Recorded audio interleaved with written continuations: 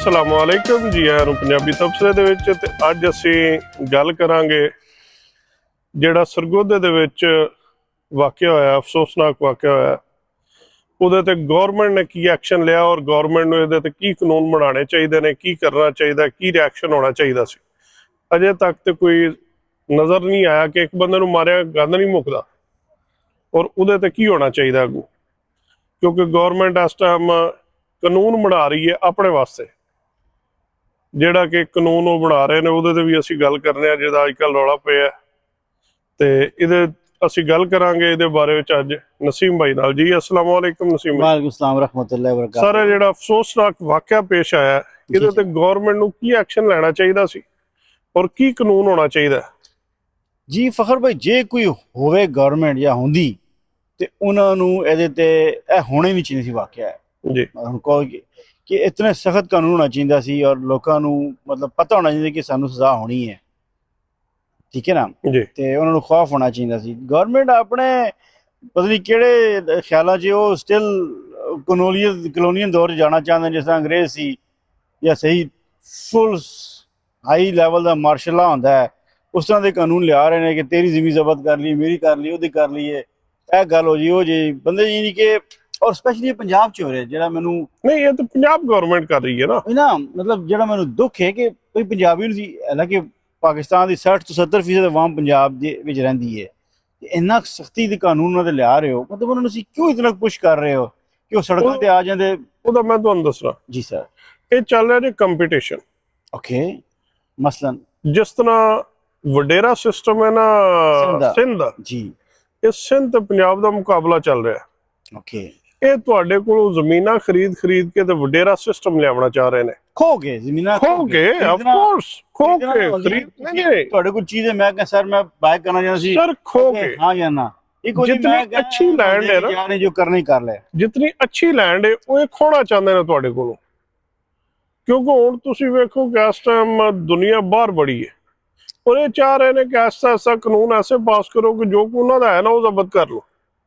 सही गल है, जब्त करके ये लैंडलॉर्ड बनना चाह रहे हैं। हुण भुट्टो जिहड़ा वो खानदानी नवाब सी, वो सर जिस तरह हुण भुट्टो दे जमीन दे विचों 3 स्टेशन है जी।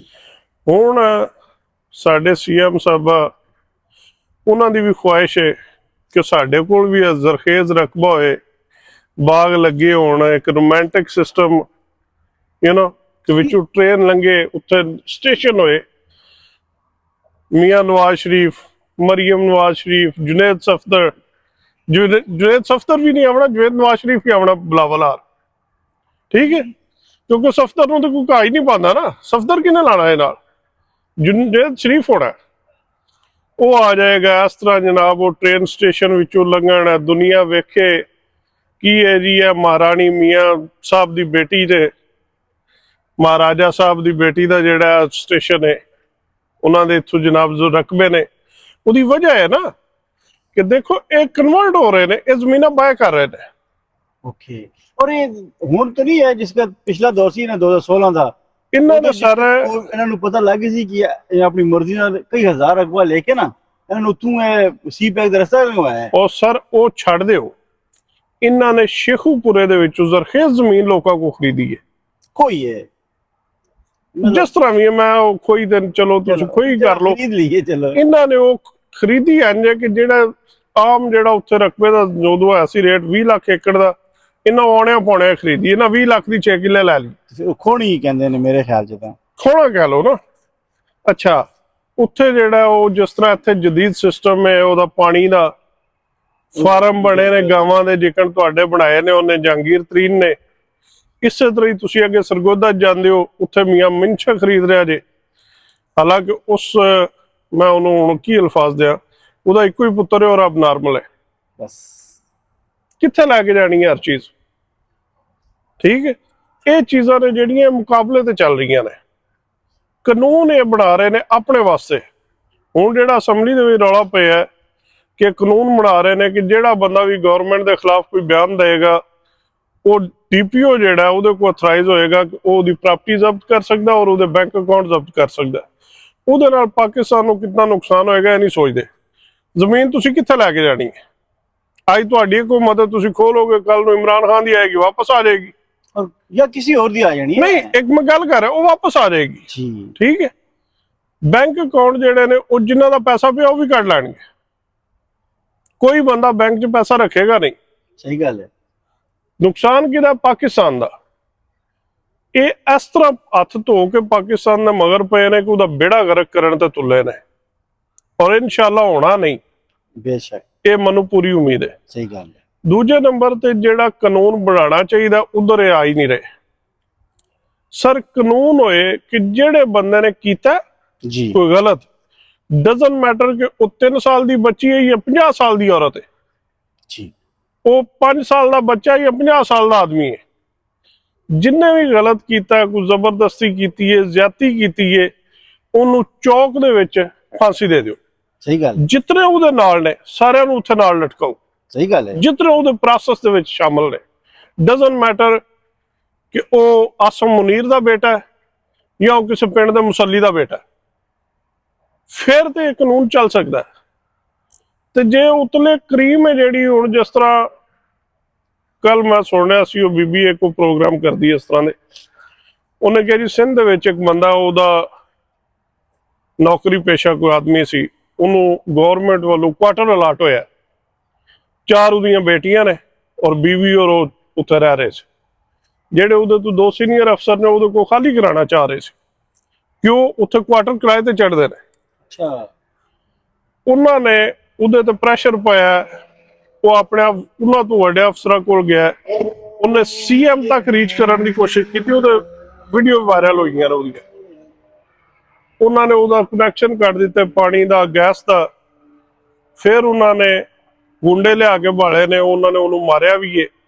ਫਿਰ ਉਹਨੇ ਖਾਲੀ ਕੀਤਾ ਤੇ ਫਿਰ ਉਹਨੂੰ ਕਹਿੰਦਾ ਅਸੀਂ ਤੇਰੀਆਂ ਬੱਚੀਆਂ ਤੇਜ਼ਾਬ ਛੱਡ ਦਿਆਂਗੇ।